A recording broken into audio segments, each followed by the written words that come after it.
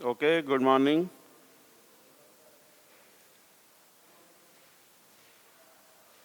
देखिए, बिल्कुल fresh question है।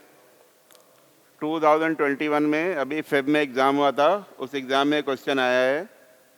देखिए, क्वेश्चन बहुत ही आसान सा क्वेश्चन है। लिखा कुछ ज़्यादा है, लेकिन अगर आप पढ़ लेंगे तो आपको बहुत आसान लगेगा question. A man is walking on a straight line. The arithmetic mean of the reciprocals of the intercepts of this line on the coordinate axis is 1/4. Three stones A, B, and C are placed at the points 1, 2, 2, and 4, 4 respectively. Then, which of these stones is or on path of the man? Question क्या है? A man is walking on a straight line. Suppose कर लें ये x axis और ये y axis, and you are walking on this line. आप इस line पे वॉक कर रहे हैं। The arithmetic mean of the reciprocals of the intercepts of this line. देखिए, सपोज करिए इस लाइन के इंटरसेप्ट्स ए और बी हैं। अगर इस लाइन के इंटरसेप्ट्स ए और बी हैं तो इस लाइन की इक्वेशन क्या हो जाएगी?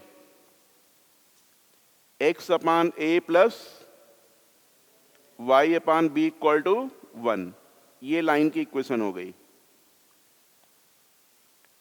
ठीक है, फर्दर देखिए क्या बोल रहा है। The arithmetic mean of the reciprocals of the intercepts. Intercepts क्या हैं? ए और बी। इनके रेसिप्रोकल्स क्या होंगे? 1 अपान ए और 1 अपान बी। ठीक है, 1 अपान ए और 1 अपान बी। ठीक, कह रहा है the arithmetic mean of the reciprocals. दो नंबर्स का अर्थमेटिक मीन क्या होता है? अगर दो नंबर्स अल्फा और बीटा है तो इनका अर्थमेटिक मीन क्या होता है? Alpha plus beta by 2। ठीक है, तो ये दो नंबर्स मतलब 1/a और 1/b ये रेसिप्रोकल्स हो गए। इनका arithmetic mean means 1 upon a plus 1 upon b by 2। ये 1/4 के इक्वल दिया हुआ है। This is equal to 1/4। ठीक है, अब जब आप इसको सिंप्लीफाई करोगे तो क्या आएगा? 1 upon a plus 1 upon b equal to 2/4। ठीक है, 2/4 से ये 1/2 बन जाएगा, और 2 को यहां पे ले लीजिए। 2 upon a plus 2 upon b equal to 1। 2 upon a plus 2 upon b equal to 1। इसका मतलब हम ये बोल सकते हैं कि इस लाइन को 2, 2 सेटिस्फाई कर रहा है। बोलो, लाइन की इक्वेशन क्या है? X upon a plus y upon b equal to 1। और इसके अलावा हमको क्या मिल रहा है? 2 upon a plus 2 upon b equal to 1। इसका मतलब अगर यहां पे x की जगह 2 रख दें और y की जगह 2 रख दें तो ये रिलेशन मिल जाएगा। दैट मीन्स 2, 2 पॉइंट इस पे लाई कर रहा है। तो आंसर क्या हो गया इसका? 2, 2। ये बी पॉइंट है 2, 2। लास्ट वाला ऑप्शन हो गया। कितना आसान क्वेश्चन था। ठीक है, यह भी जेईई मेन 2021 में आया था।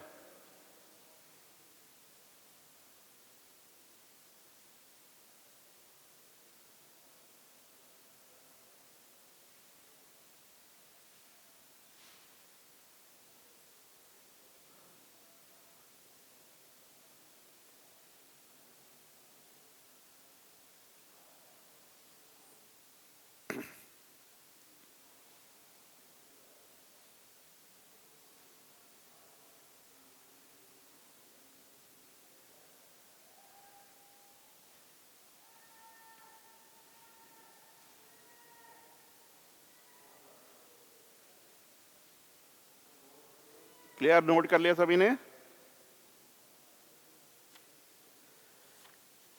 नेक्स्ट क्वेश्चन देखिए। ये 2019 का क्वेश्चन है। देखिए क्वेश्चंस काफ़ी आसान आते हैं, उनको अटेम्प्ट करने का तरीका क्या है ये आपको अच्छी तरह से आना चाहिए। अगर अटेम्प्ट करने का तरीका अच्छी तरह से आ गया तो आप क्वेश्चन का आंसर बड़ी आसानी से निकाल सकते हैं। ये 2019 में आया था। A point on the straight line 3x + 5y = 15 which is equidistant from the coordinate axis will lie only in first and second quadrant, first, second and fourth, first quadrant। ठीक है,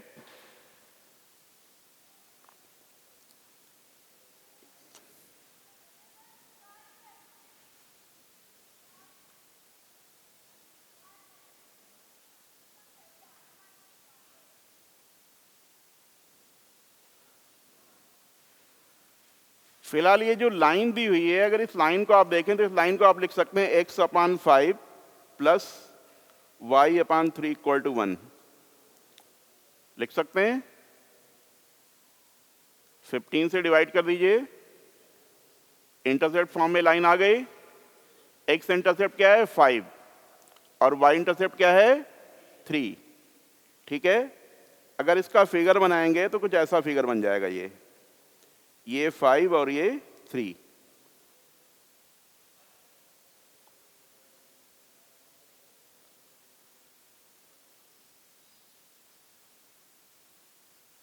ठीक, अब क्वेश्चन ये है इस लाइन पे ऐसा point पता करना है जो एक्स एक्सिस और वाई एक्सिस दोनों से इक्वल डिस्टेंस पे हो।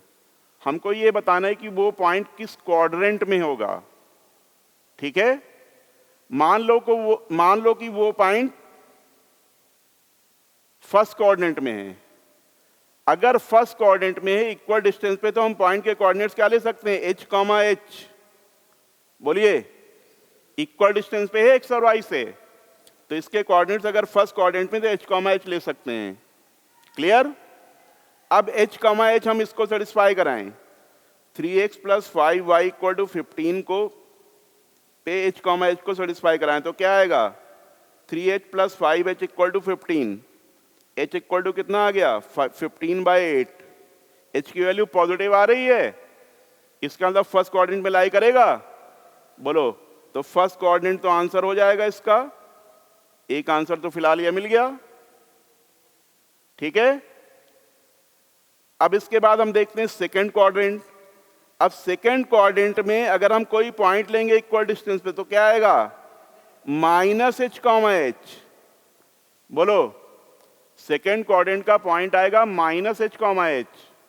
अब -h, h यहां पे रख दीजिए इस लाइन में, तो -3h + 5h 2h आ जाएगा। बोलो, 2h = 15 तो h की वैल्यू 15/2 हो जाएगी। ठीक है, तो अब ये सेकंड में भी लाई कर जाएगा। बोलिए, तो इसका मतलब सेकंड क्वाड्रेंट भी आंसर हो गया। अब बचता है फोर्थ क्वाड्रेंट। अगर फोर्थ क्वाड्रेंट में आप पॉइंट लेते हो तो पॉइंट के कोऑर्डिनेट्स क्या होंगे h, h। बोलिए, अगर h, h यहां पे रखोगे तो 3h - 5h -2h = 15। h की वैल्यू नेगेटिव आ रही है, इसका मतलब ये पॉइंट नहीं होगा। बोलिए, अगर h की वैल्यू नेगेटिव आ जाएगी तो ये पॉइंट क्या बन जाएगा -15/2, 15/2। तो ये फोर्थ क्वाड्रेंट में लाई नहीं करेगा। ठीक है, तो इसका मतलब सही आंसर क्या हो गया फर्स्ट एंड सेकंड क्वाड्रेंट्स। ठीक है, कितना आसान क्वेश्चन था।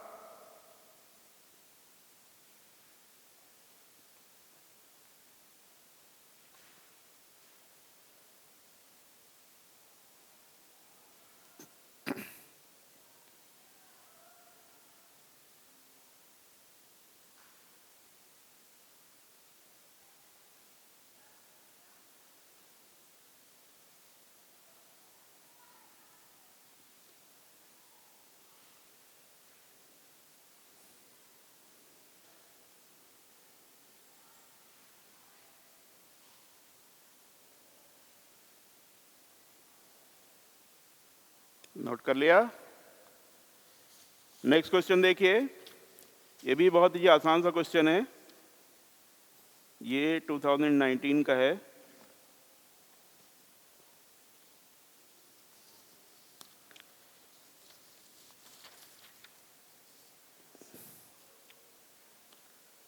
If the straight line 2x minus 3y plus 17 equal to 0 is perpendicular to the line passing through the point this and this, तो बीटा की वैल्यू निकालनी है।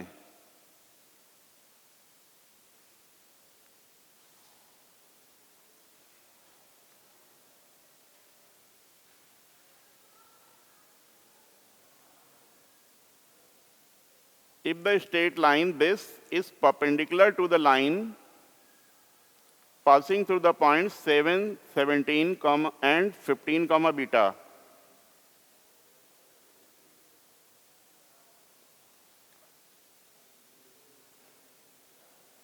ये तो बहुत ही आसान क्वेश्चन है, इसको तो आप कर ही लेंगे।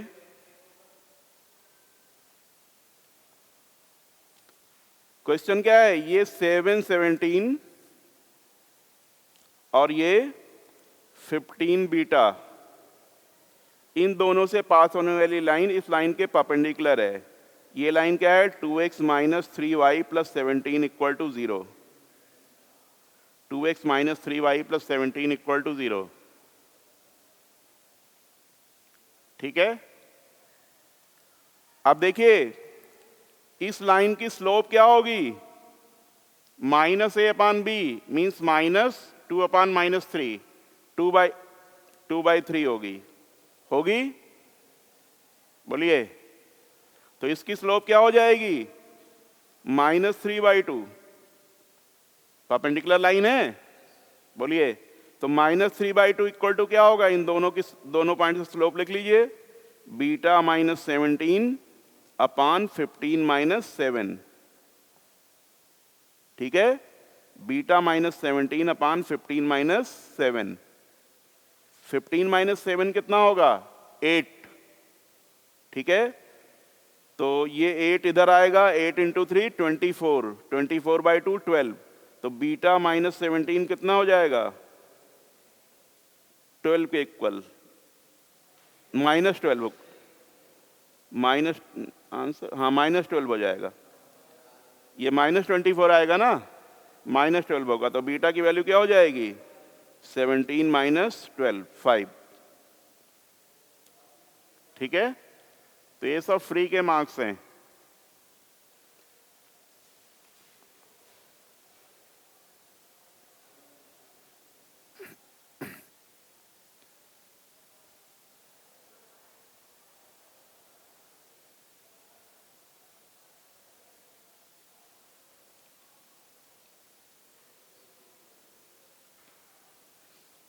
नोट कर लिया।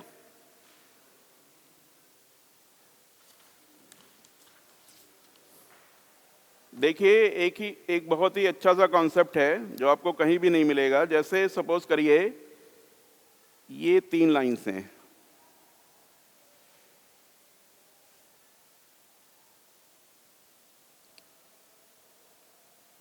या फिर ये 3 लाइन्स हैं,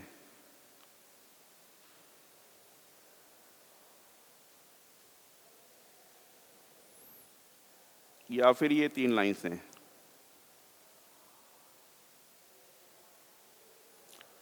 ये एंगल इक्वल है,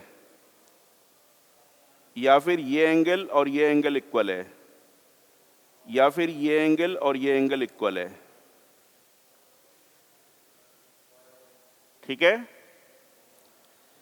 इन तीनों ही फिगर्स में अगर आप ध्यान दें तो तीनों फिगर्स में क्या सिमिलरिटी है,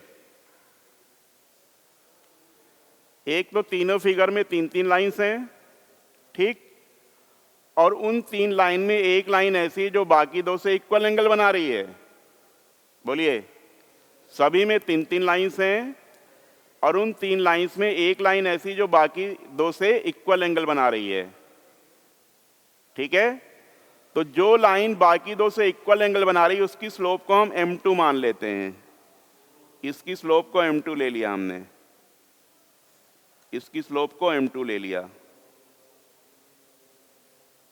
ठीक है। जो लाइन बाकी दो लाइन से इक्वल एंगल बना रही है उसकी स्लोप को हमने m2 सपोज कर लिया, ठीक। अब जो रिमेनिंग दो लाइन्स हैं उनकी स्लोप में किसी को भी m1 और m3 ले लीजिए, किसी को भी आप m1 और m3 ले लीजिए। जैसे इसको हमने m1 लिया तो इसको m3 ले लें, मान लो इसको m1 लेते हैं तो इसको m3 ले लें, इसको अगर हमने m1 लिया तो इसको m3 ले लें, ठीक है। अब देखिए अगर यहां पे कोई भी दो स्लोप दी होंगी तो तीसरी स्लोप कैसे निकालेंगे? अगर कोई भी दो स्लोप दी होंगी तो तीसरी स्लोप कैसे निकालेंगे? आप ये बोलेंगे कि भाई ये tan अल्फा इक्वल है, तो tan alpha equal to m1 minus m2 upon 1 plus m1 m2 ऐसे यहां भी लगा करके मॉड लगा देंगे तो प्लस माइनस आ जाएगा। तो उसमें आपको कैलकुलेशन ज़्यादा करनी पड़ेगी, प्लस माइनस दोनों देखना पड़ेगा, ठीक है। तो इसका बहुत ही सिंपल सा कॉन्सेप्ट है, ये आपको किसी बुक वगैरह में भी नहीं मिलेगा। इसमें आपको ऐसे लिखना है m1 minus m2 upon 1 plus m1 m2 equal to m2 minus m3 upon 1 plus m2 m3। एक साइक्लिक ऑर्डर में आपको ये रिलेशन लिख देना है, m1 m2 लिखना है, उसके बाद में m2 और m3 लिख देना है, ठीक है।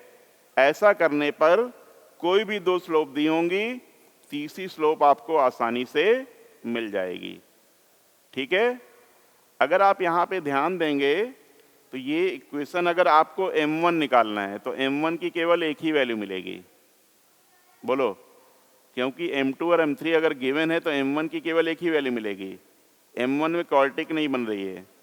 या m3 निकालना है तो m3 की केवल एक ही वैल्यू मिलेगी, लेकिन अगर m2 की वैल्यू निकालनी है तो m2 में क्वाड्रेटिक बन जाएगी, ये m2 में क्वाड्रेटिक बन जाएगी, और क्वाड्रेटिक के कितने रूट्स होते हैं? दो, ठीक है।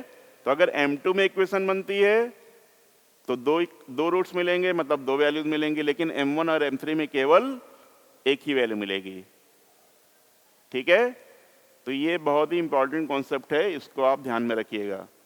कभी भी तीन लाइन इस तरह से दी हो जिसमें से एक लाइन रिमेनिंग टू से इक्वल एंगल बना रही है, तो जो लाइन बाकी दो से इक्वल एंगल बनाती है उसकी स्लोप को आप m2 मानेंगे, और बाकी जो बची हुई लाइन्स हैं उनमें किसी को भी m1 m3 मान लेंगे।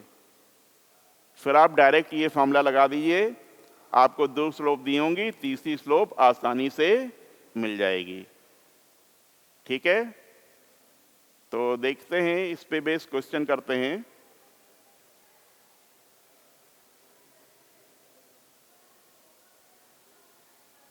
बस आपको ये ध्यान रखना है कि जो लाइन बाकी दो से इक्वल एंगल बना रही है उसकी स्लोप को आपको m2 लेना है, और जो रिमेनिंग टू लाइन्स हैं उनकी स्लोप में किसी को भी m1 m3 ले लीजिए।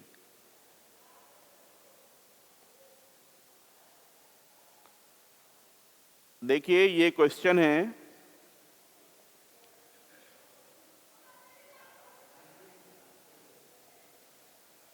a ray of light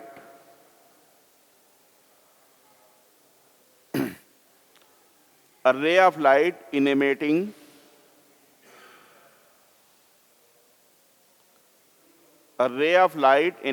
from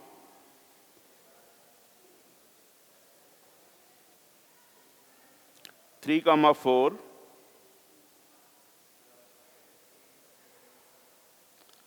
a ray of light emanating from 3,4 gets reflected by the line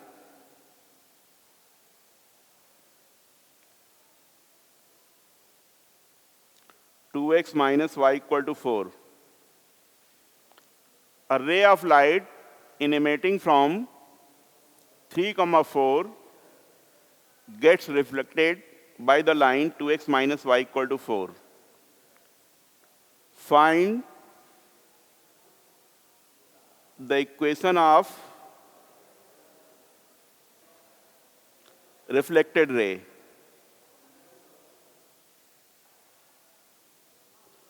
reflected ray की इक्वेशन निकालनी है। A ray of light in emitting from 3, 4 gets reflected by the line 2x minus y equal to 4. Find the equation of reflected ray. Question क्या है? 3, 4 point से कोई रे of light निकल रही है और वो line 2x minus y equal to 4 से टकरा करके रिफ्लेक्ट हो जाती है. ठीक है, 2x minus y equal to 4 line से टकरा करके रिफ्लेक्ट हो जाती है. तो आपको रिफ्लेक्टेड रे की इक्वेशन निकालनी है. ठीक है, रिफ्लेक्टेड रे की इक्वेशन पता करनी है. देखिए, सपोज करिए ये लाइन है 2x minus y equal to 4.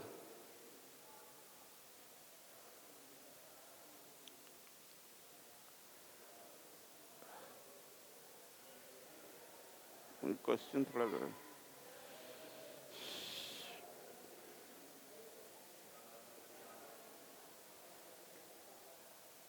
यहां से कोई रे ऑफ लाइट निकल रही है. इनफैक्ट क्वेश्चन थोड़ा सा इसमें मिस्टेक हो गई है. A ray of light in emitting from 3, 4 के बजाय ये लिख लीजिए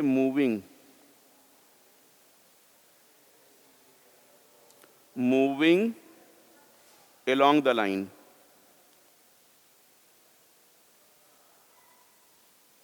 X minus y equal to 3. A ray of light moving along the line x minus y equal to 3 gets reflected by the line 2x minus y equal to 4. तो ये जो line है ये x minus y equal to 3. ठीक है, इसके long कोई रे ऑफ लाइट मूव कर रही है और ये इस लाइन से टकराती है. टकराने के बाद ये रे ऐसे रिफ्लेक्ट हो जाती है. ठीक है, तो आपको इस लाइन की इक्वेशन निकालनी है. इस लाइन की इक्वेशन क्या होगी? ठीक है, हमें इस लाइन की इक्वेशन पता करनी है. क्वेश्चन है a ray of light moving along the line x minus y equal to 3 gets reflected by the line 2x minus y equal to 4. ठीक है, find the equation of reflected ray. Question क्या है? 2x minus y equal to 4 कोई line given है, एक दूसरी line x minus y equal to 3, इसके long कोई रे ऑफ लाइट मूव कर रही है. ठीक है, ये रे ऑफ लाइट इस लाइन से रिफ्लेक्ट हो जाती है. तो ये जो रिफ्लेक्टेड रे होगी इसकी इक्वेशन निकालनी है. ठीक है, तो इसके लिए हम क्या करेंगे? यहां पे रिफ्लेक्शन लॉ अप्लाई होगा. रिफ्लेक्शन लॉ तो सभी को पता होगा.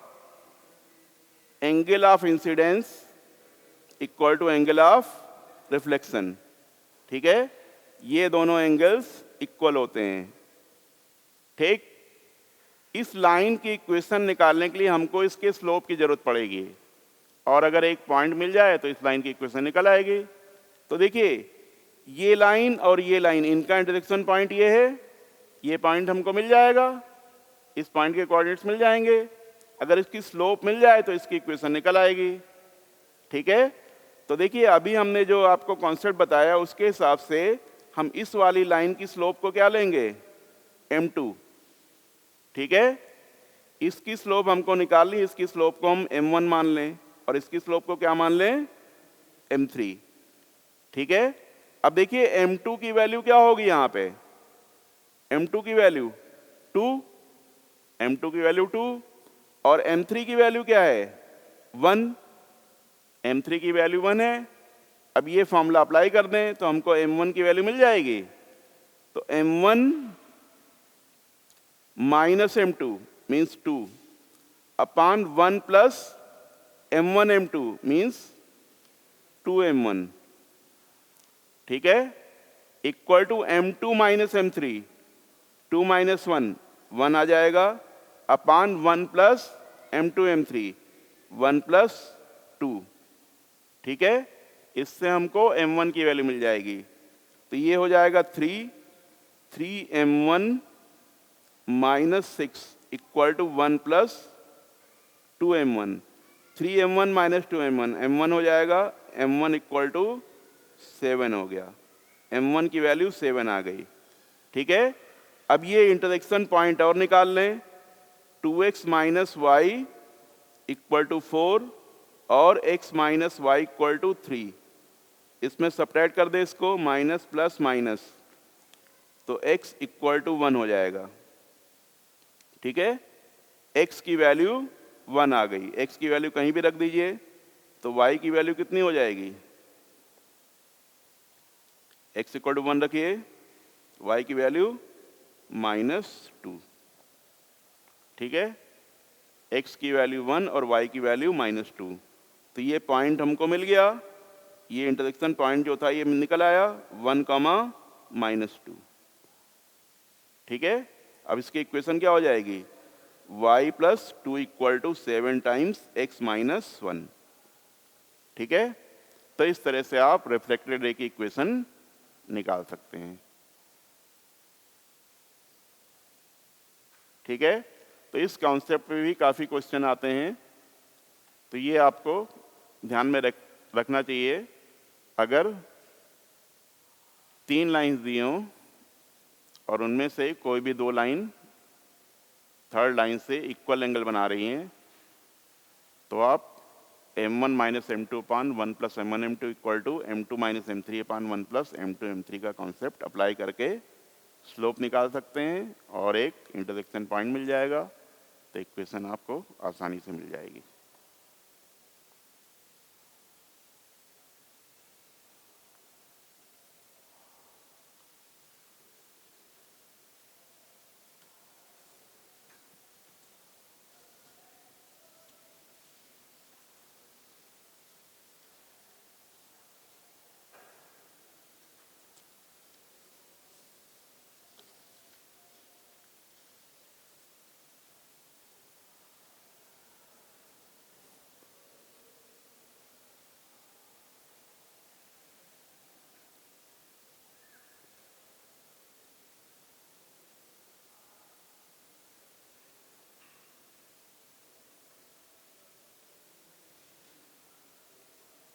नोट कर लिया?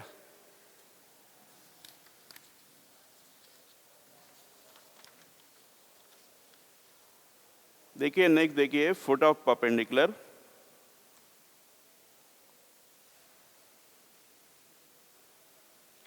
Foot of perpendicular.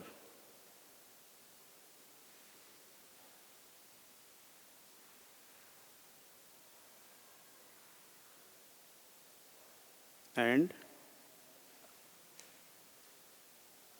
image of a point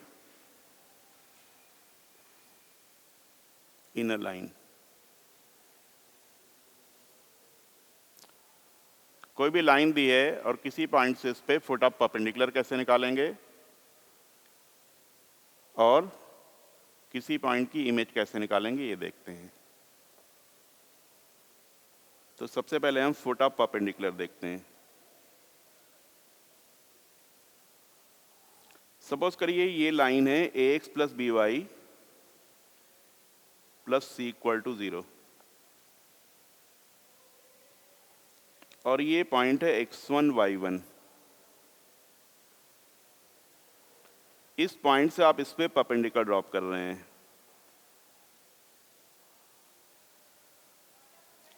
ये इसका फुट हो गया, इस फुट के कोऑर्डिनेट्स निकालने हैं।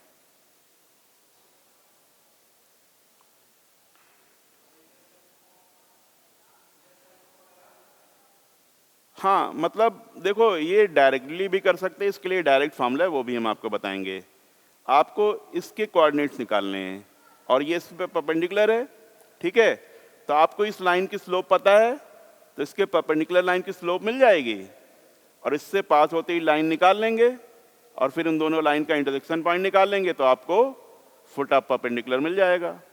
ठीक है ना, लेकिन इसका डायरेक्ट फॉर्मूला हम अप्लाई करेंगे। डायरेक्ट फॉर्मूला अप्लाई करने से आंसर जल्दी मिल जाएगा। इसका डायरेक्ट फॉर्मूला है x minus x1 upon a equal to y minus y1 upon b equal to minus a x one plus b y one plus c upon a square plus b square. X minus x one upon a equal to y minus y one upon b equal to minus a x one plus b y one plus c upon a square plus b square. तो F के coordinates हो जाएंगे x comma Y.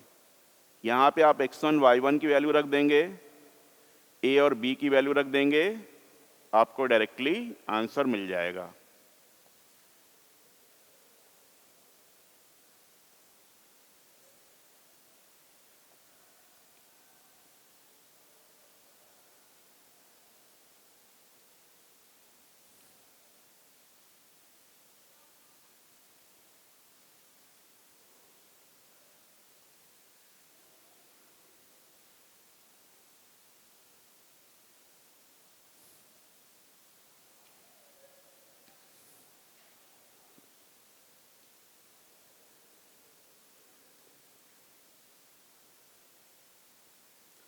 जैसे suppose करें ये line है 3x minus y minus 4 equal to 0 और ये कोई पॉइंट है 5,2। इससे इस पे परपेंडिकुलर ड्रॉप किया गया है।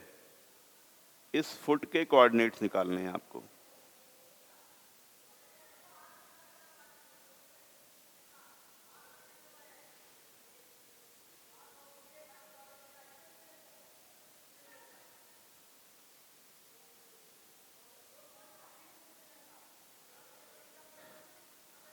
तो ये हो जाएगा x माइनस एक्स वन का मतलब 5,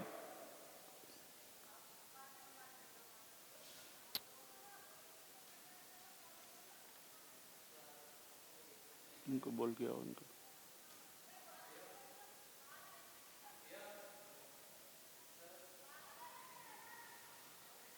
अरे ये बच्चे गालियां बक रहे हैं यार, उनको बोलो क्या कर रहे हैं।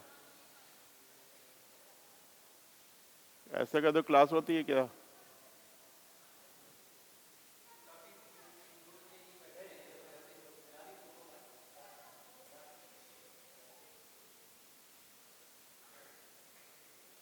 x minus x one upon a का मतलब 3 equal to y minus y one y minus 2 upon b का मतलब -1। ठीक है, equal to minus a x one plus b y one plus c का मतलब इस लाइन की इक्वेशन में आप 5,2 रख दीजिए। इस लाइन में डायरेक्ट 5,2 रख दीजिए। तो ये 3 इंटू 5 हो जाएगा -2 -4 अपान यहां जो नीचे लिखा हुआ है इसके स्क्वायर का सम 3 स्क्वायर और प्लस -1 का स्क्वायर 1 हो जाएगा।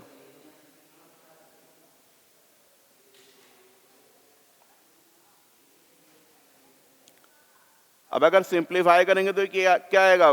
5 इंटू 3 15, 15 माइनस 6 9, ये -9/10 आ जाएगा। -9/10। ठीक है, अगर ये -9/10 है, अब x की वैल्यू क्या हो जाएगी? x इक्वल टू हो जाएगा 5 माइनस 27/10।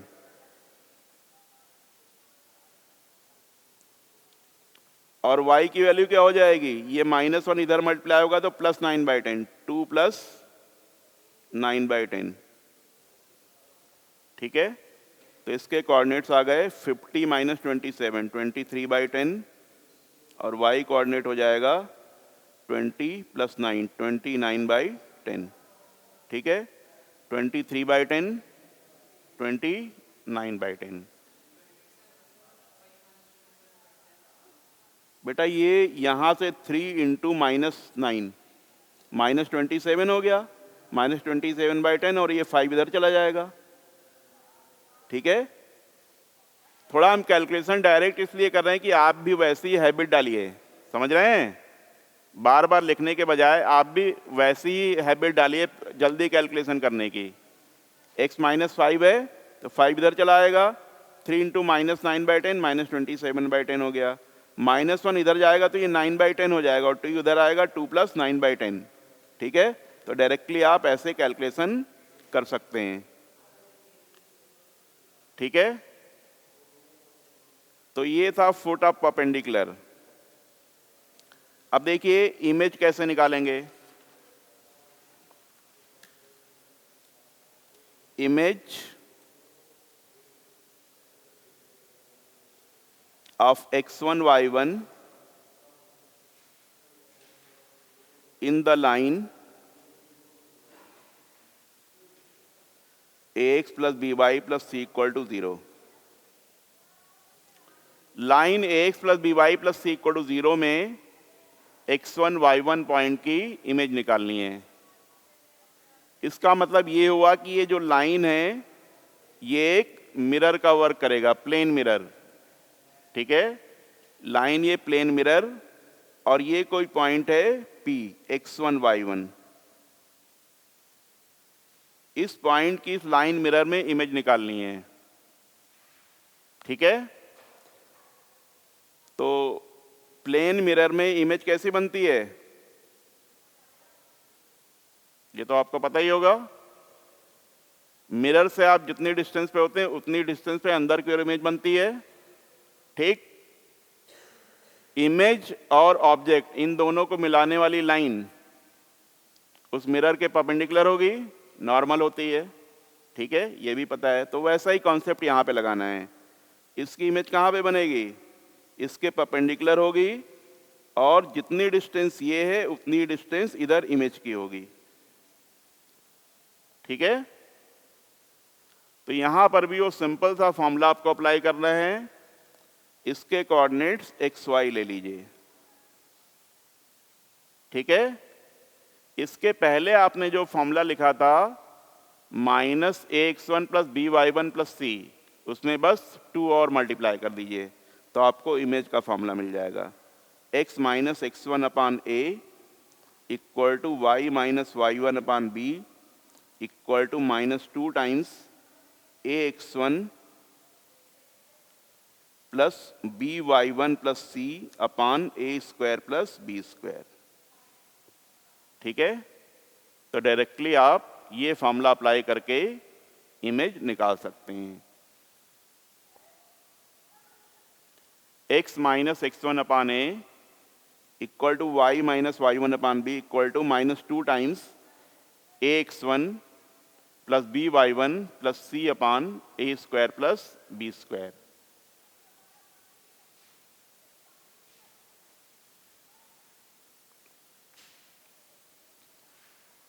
देखिए कुछ पर्टिकुलर केसेस हैं जिसमें आप डायरेक्ट अप्लाई कर सकते हैं, फॉर्मूला अप्लाई करने की जरूरत नहीं, डायरेक्ट आप रिजल्ट यूज करके आंसर लिख सकते हैं।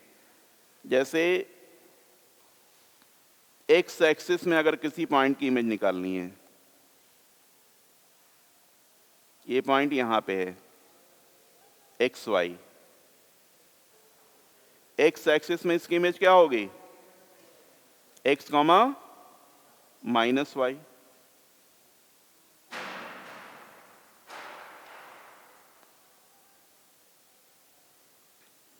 ठीक है, अगर y एक्सिस में निकालनी है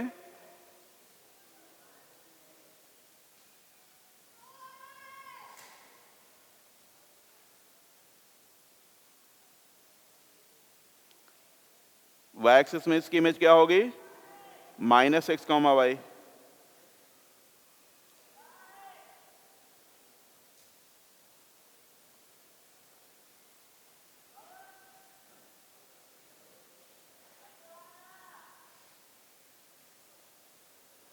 y code x line,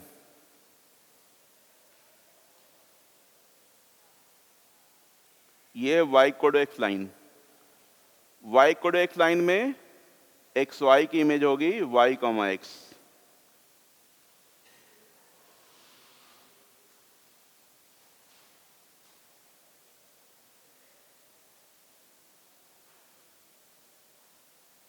y code x line में एक्स वाई पॉइंट की इमेज y, x।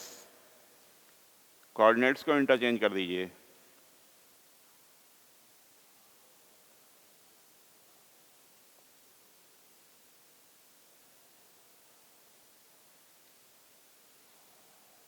और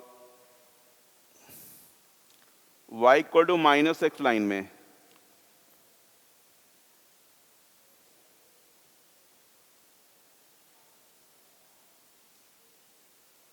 ये है y equal to -x।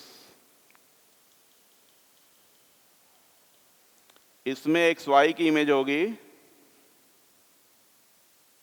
-x -y, sorry -y -x, -y -x।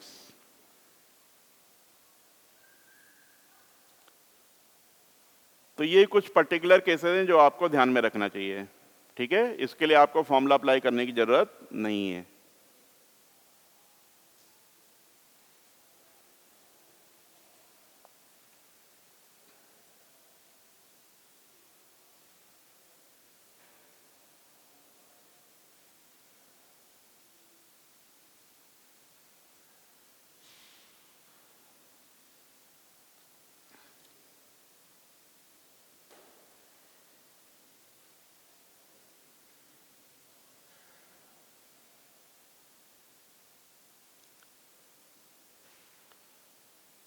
Note कर लिया? देखिए इस पे बेस क्वेश्चन है,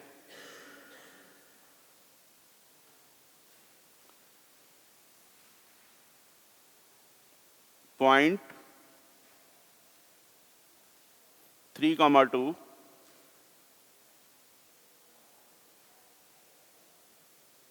is translated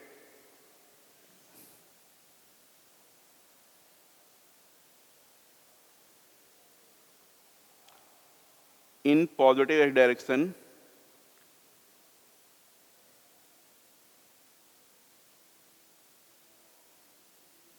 by 2 unit distance।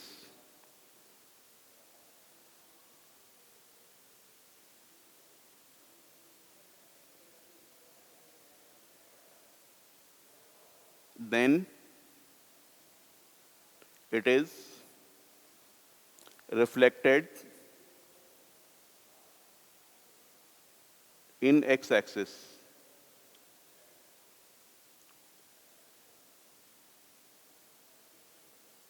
and finally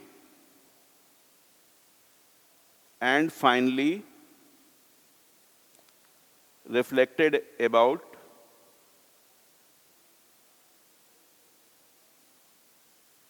y equal to -x line।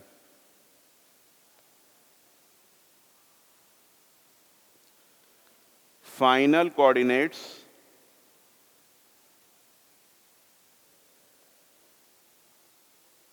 are a comma b। Find 2a plus 3b। ठीक है, ये question पहले आईटी में आ चुका है, इसी टाइप का मिलता जुलता question. Point 3,2 is translated in positive x direction by 2 unit distance, then it is reflected in x-axis and finally reflected about y equal to -x line। Final coordinates are a comma b। Find 2a plus 3b। Translated का मतलब move कराया गया, ठीक है, ऐसा समझ लीजिए। Point को पॉजिटिव एक डायरेक्शन में मूव कराया गया, ट्रांसलेट का मतलब मूव कराना समझ लीजिए। तो सबसे पहले क्या करते हैं, 3,2 को ट्रांसलेट कराते हैं पॉजिटिव एक डायरेक्शन में 2 यूनिट डिस्टेंस से। उसके बाद एक्स एक्सिस में इसकी इमेज लेते हैं।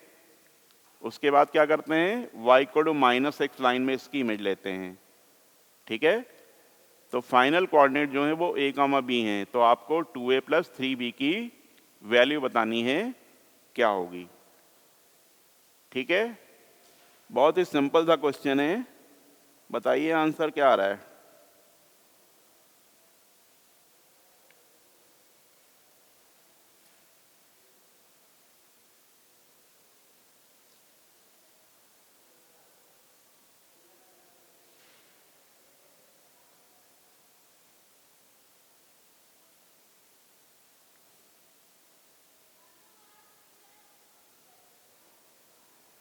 कितना आया?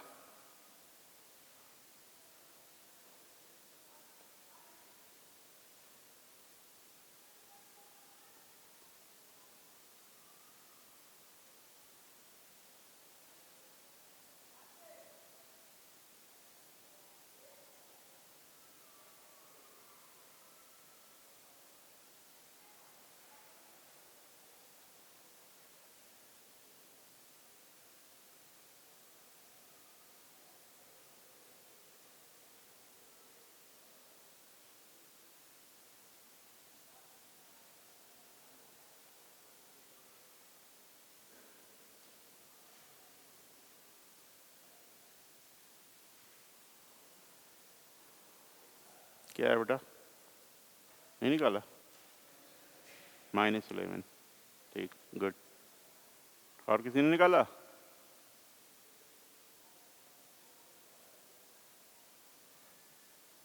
क्या है बेटा तुम्हारा? तुमसे ही पूछ रहे हैं तुम। अरे कोई भी बताओ यार, कर तो रहे हो ना। जिसने भी कर लिया बता दे।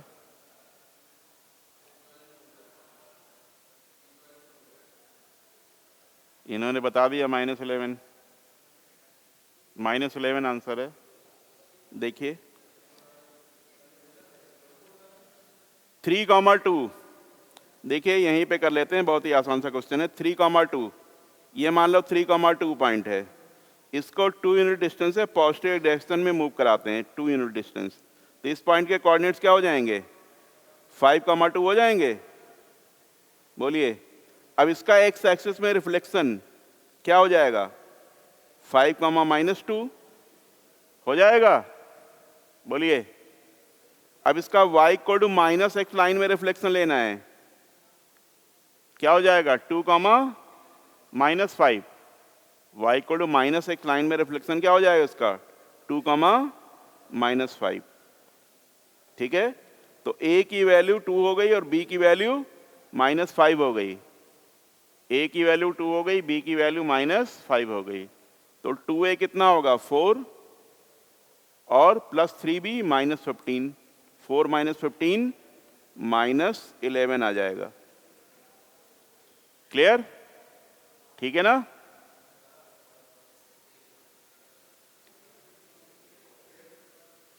क्या हुआ, नहीं समझ में आया?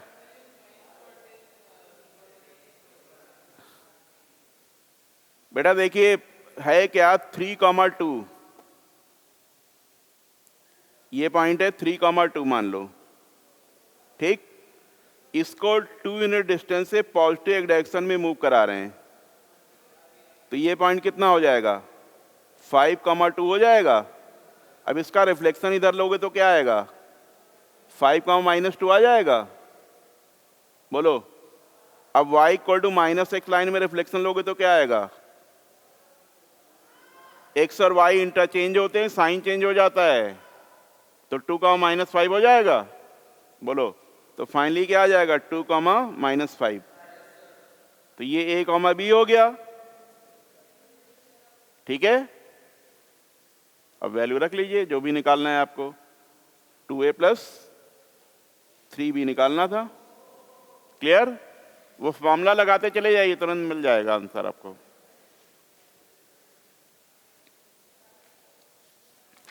हाँ, ये क्वेश्चन देखिए, ये भी बिल्कुल ताजा क्वेश्चन है 2021 का, इमेज का।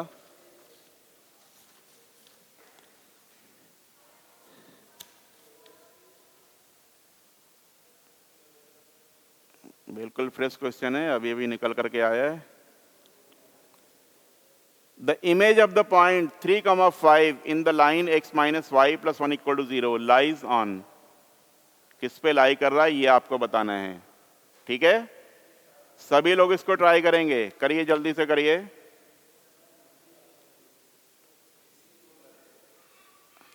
क्या बोल रहा है? सी? अच्छा, डी आंसर है। आंसर डी है इसका।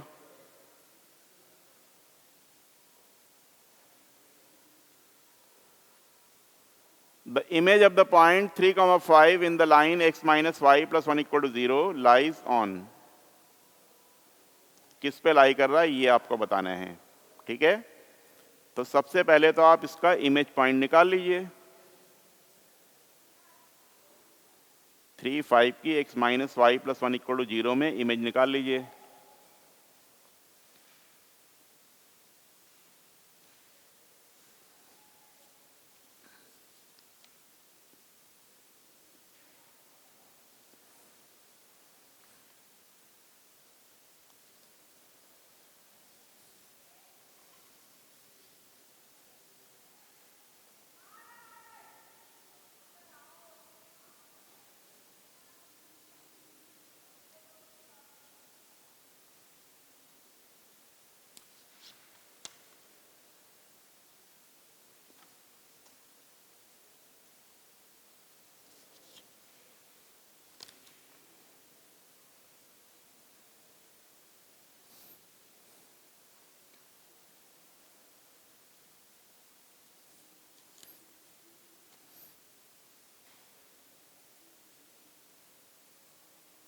x minus y plus 1 equal to 0 और ये पॉइंट है 3,5।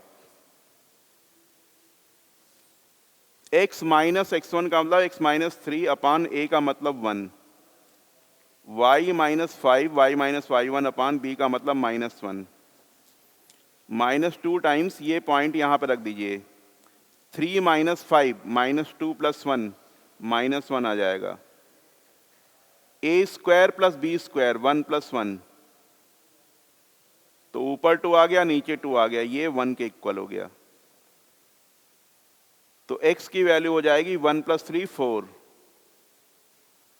y की वैल्यू हो जाएगी 5 माइनस 1, -1 इंटू 1 -1 और 5 इधर जाएगा +5, 5 माइनस 1 4,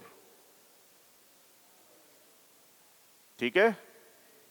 x और y दोनों 4 आ रहे हैं, इमेज आ गई 4,4, 4 माइनस 2 2 होगा, 2 का स्क्वायर 4, यहाँ भी 4 आएगा, 4 प्लस 4 8, 12 के इक्वल नहीं होगा।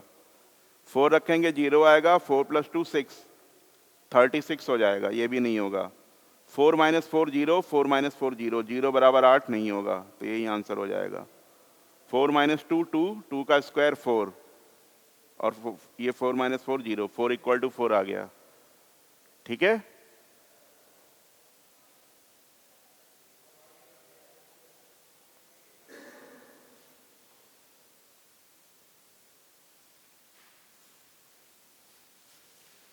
नोट कर लिया।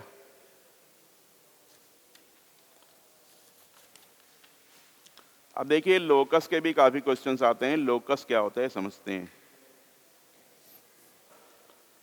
Locus of a point,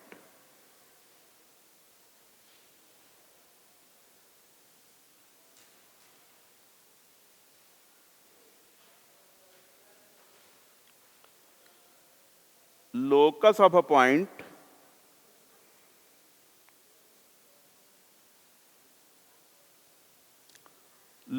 point is the path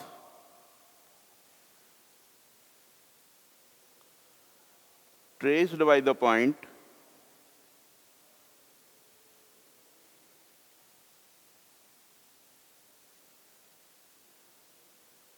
under certain given conditions. Locus of a point is the path traced by the point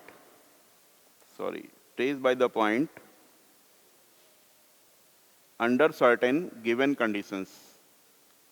Locus of a point is the path traced by the point under certain given conditions.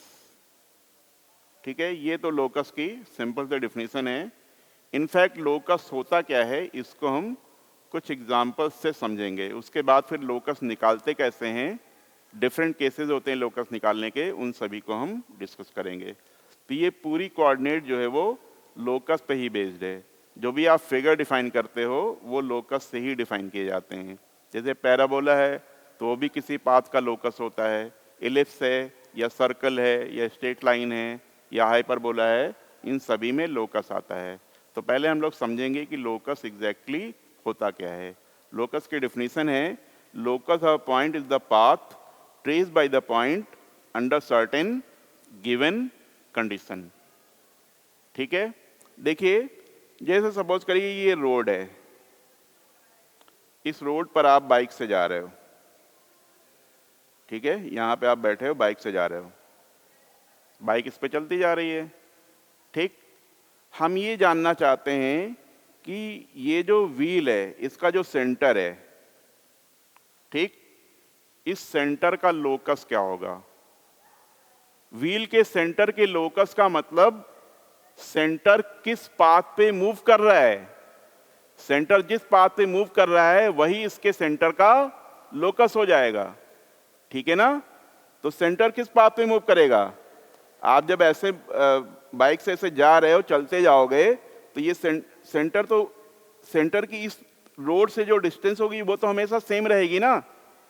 ऐसा तो है नहीं कि उछल उछल करके bike चला रहे हो, हैं, ऐसा तो है नहीं, पहिया उठा के बाइक चला रहे हो, ऐसा तो नहीं है ना, पहिया तो रोड से टच ही करता रहेगा। तो ये जो सेंटर होगा इसकी डिस्टेंस हमेशा इस रोड से इक्वल होगी। बोलिए, तो ये जो इसका जो पहिया है उसका सेंटर इस लाइन पे मूव करेगा, वो लाइन इसके पैरेलल होगी। ठीक है, तो इसके सेंटर का लोकस हो जाएगा, पहिए के सेंटर का लोकस ये स्ट्रेट लाइन हो जाएगी। ठीक है, पहिए के सेंटर का लोकस ये स्ट्रेट लाइन होगी। क्लियर, इतना क्लियर है। ठीक है, अब जैसे सपोज कर लो कि यहां ये कोई पॉइंट है, ये कोई फील्ड मान लीजिए, यहां पे ये कोई पॉइंट है। हम आपसे बोल रहे हैं कि आप इस तरह से दौड़ लगाइए कि आपकी इस पॉइंट से डिस्टेंस हमेशा फिक्स हो, इस पॉइंट से डिस्टेंस हमेशा 5 मीटर की हो। हम आपसे ये बोल रहे हैं कि आप इस पॉइंट के चारों तरफ इस तरह से मूव करिए या दौड़ लगाइए कि आपकी इससे डिस्टेंस हमेशा 5 मीटर हो। तो आप किस पाथ पे मूव करेंगे, इस सर्कल पे मूव करेंगे।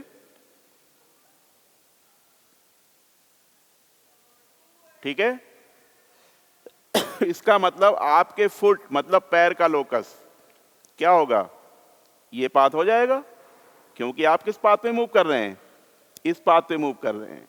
ठीक है, तो इस केस में लोकस ये हो गया। ठीक है, जैसे मान लीजिए ये घड़ी है और ये मान लो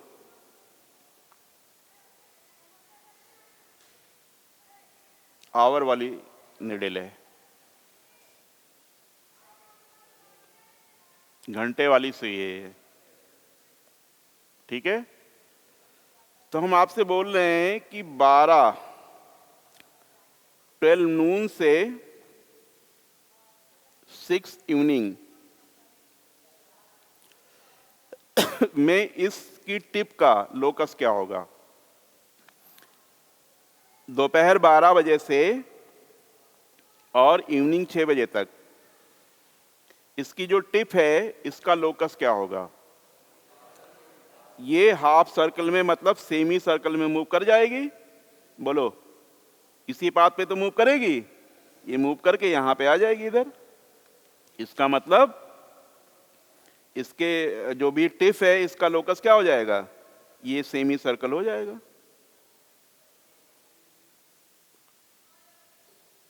ठीक है, जैसे मान लीजिए कि ये रूम है,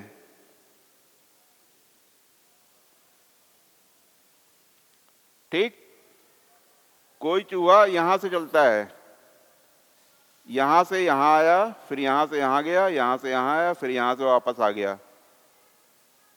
ठीक है, तो चूहे के पैर का लोकस क्या होगा, चूहा किस पाथ पे मूव कर रहा है, इस पाथ पे मूव कर रहा है। ये जो भी स्क्वायर या रेक्टेंगल बोलो तो इसका पाथ क्या हो जाएगा, स्क्वायर या रेक्टेंगल इसके फुट का लोकस हो जाएगा। हाँ, जो भी जैसा भी लिखा होगा वो ऑप्शन में जैसा भी लिखा होगा वैसा आप बोल सकते हैं। ठीक है, मतलब उसका पाथ लोकस का ये हो जाएगा। ठीक है, जैसे मान लीजिए कि यहां से एक बॉल को थ्रो किया गया 4 मीटर पर सेकंड की स्पीड से, ठीक है, 30 डिग्री एंगल पे प्रोजेक्ट किया गया है। तो आपने ये तो पढ़ा ही होगा कि ये बॉल ऐसे मूव करती है, इस तरीके से, प्रोजेक्टाइल मोशन, ठीक है। तो इसका जो बॉल है इसका लोकस क्या हो जाएगा, ये पैराबोला हो जाएगा, ये प्रोजेक्टाइल मोशन हो जाएगा, ठीक है। तो फिजिक्स में भी प्रोजेक्टाइल, ये लोकस का काफी यूज होता है। क्या टाइम हो गया क्या?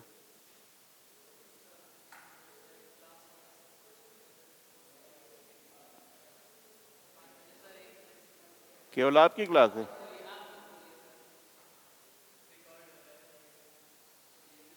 ठीक है, तो इसका लोकस क्या हो जाएगा, पैराबोला।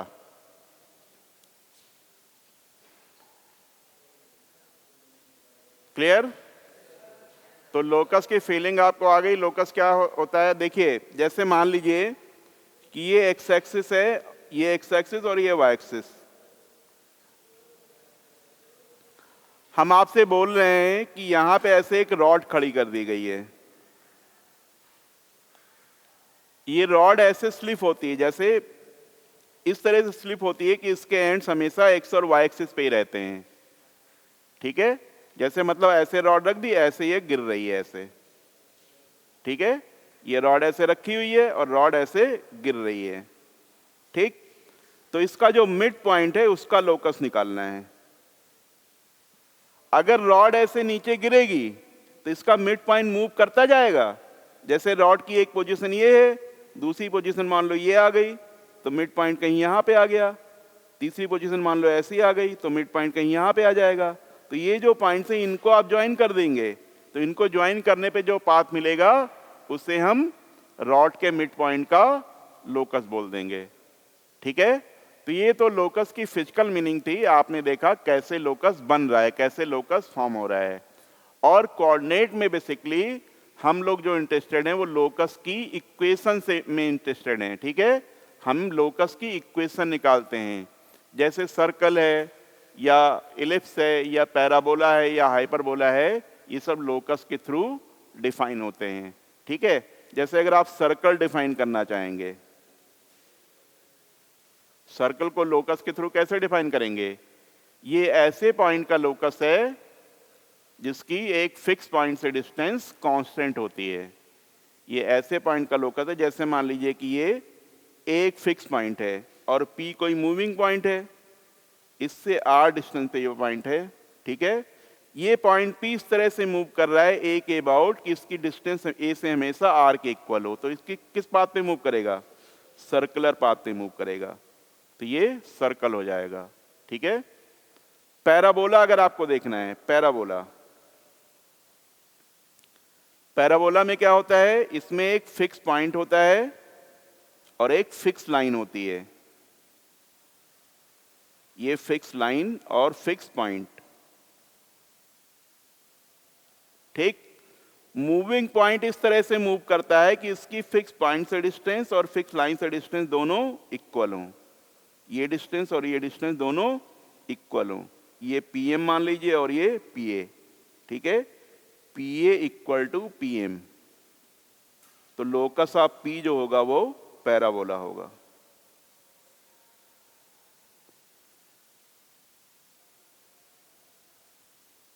लोकस ऑफ P एक पैराबोला हो जाएगा।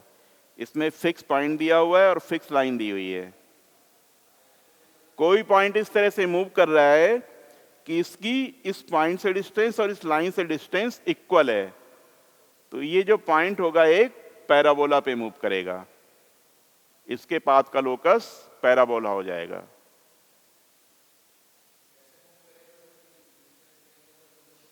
ये डिस्टेंस जैसे इक्वल है, ठीक है ना, ये पैराबोला ऐसे बना लो यार। एक्चुअली ये फोकस होता है, ये जो फिक्स पॉइंट होता है ना, ये फोकस होता है और ये डायरेक्ट्रिक्स होती है, ठीक है। इस पे कोई भी पॉइंट लोगे, जैसे यहाँ पॉइंट लिया तो ये डिस्टेंस और ये डिस्टेंस इक्वल आएगी, ये डिस्टेंस इक्वल आएगी, ये डिस्टेंस इक्वल आएगी, ठीक है। तो ये एक पैराबोलिक पाथ बन जाता है।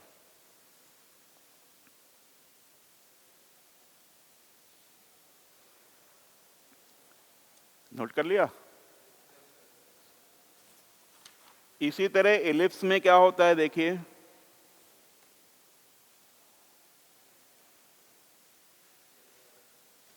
इसमें दो फिक्स पॉइंट होते हैं, F1 और F2, और एक मूविंग पॉइंट होता है P। इस मूविंग पॉइंट P की इन दोनों से डिस्टेंस का सम कांस्टेंट होता है PF1 plus PF2 equal to constant, तो एलिप्स बन जाता है। PF1 plus PF2 equal to constant होगा तो एलिप्स बन जाएगा।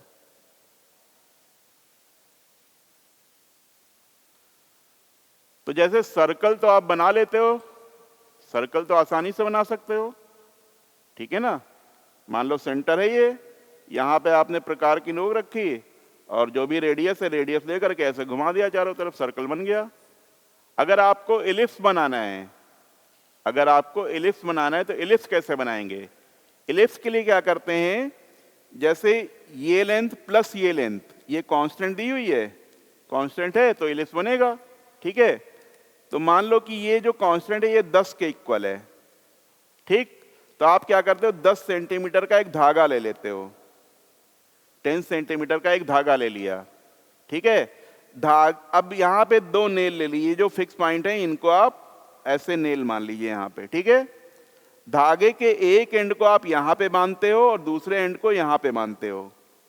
धागे के एक एंड को आपने यहां पे बांध दिया, दूसरे एंड को यहां पे बांध दिया, ये धागा, ठीक है। एक एंड को आपने यहां बांध दिया, एक एंड को यहां पे बांध दिया।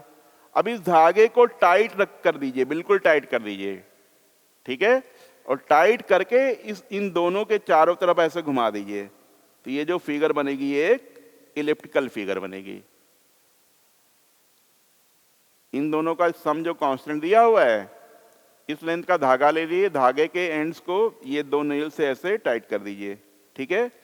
यहां बांध दीजिए दोनों एंड्स को, एक एंड को यहां पे, एक एंड को यहां पे। अब धागे को टाइट करके यहां ऐसे पेन लगा लीजिए और इन दोनों नेल्स के बीच में ऐसे चारों तरफ मूव कर जाइए, तो ये आपको एलिप्स मिल जाएगा।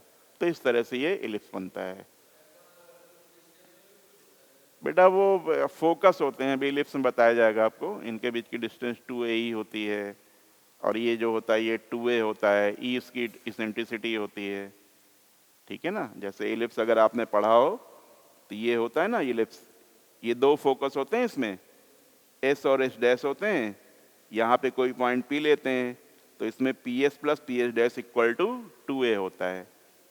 P S plus P S dash equal to 2a। 2a क्या होता है, मेजर एक्सिस, मेजर एक्सिस की लेंथ होती है। ये a होता है, ये होता है, ठीक है। तो ये एलिप्स बनता है। इसी तरह से हाइपरबोला की डेफिनेशन, हाइपरबोला में इसका उल्टा हो जाता है, इन दोनों का डिफरेंस जो होता है वो कांस्टेंट होता है। इसमें भी दो फिक्स पॉइंट होते हैं, F1 F2, और ये P मूविंग पॉइंट है।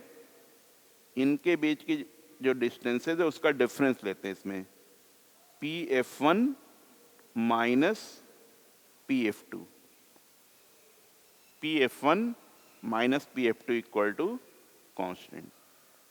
तो P का लोकस जो होता है वो हाइपरबोला बनता है।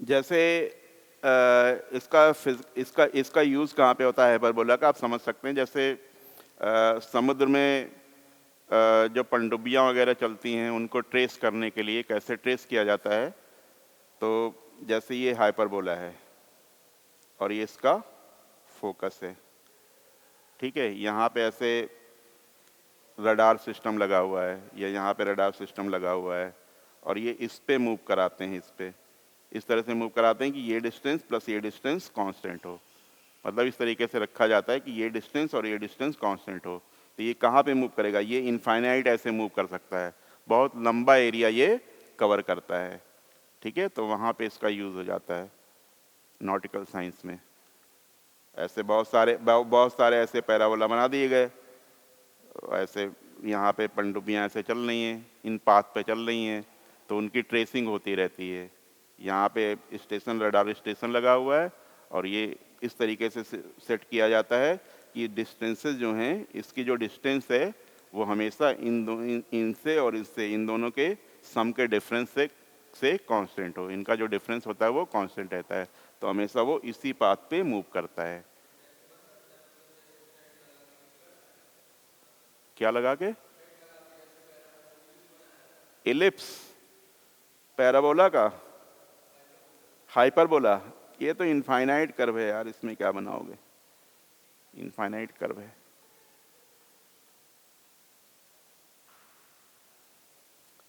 ठीक है, तो अभी हमने लोकस के बारे में आपको थोड़ा आइडिया दिया। अब लोकस निकालते कैसे हैं ये इंपॉर्टेंट है, हमको लोकस की इक्वेशन निकालनी होगी। हो गया टाइम, चलो फिर कल इसको करेंगे लोकस आगे। कल 2-3 चीजें हैं, कल फिनिश कर देंगे इस वाले चैप्टर को। Okay, thank you.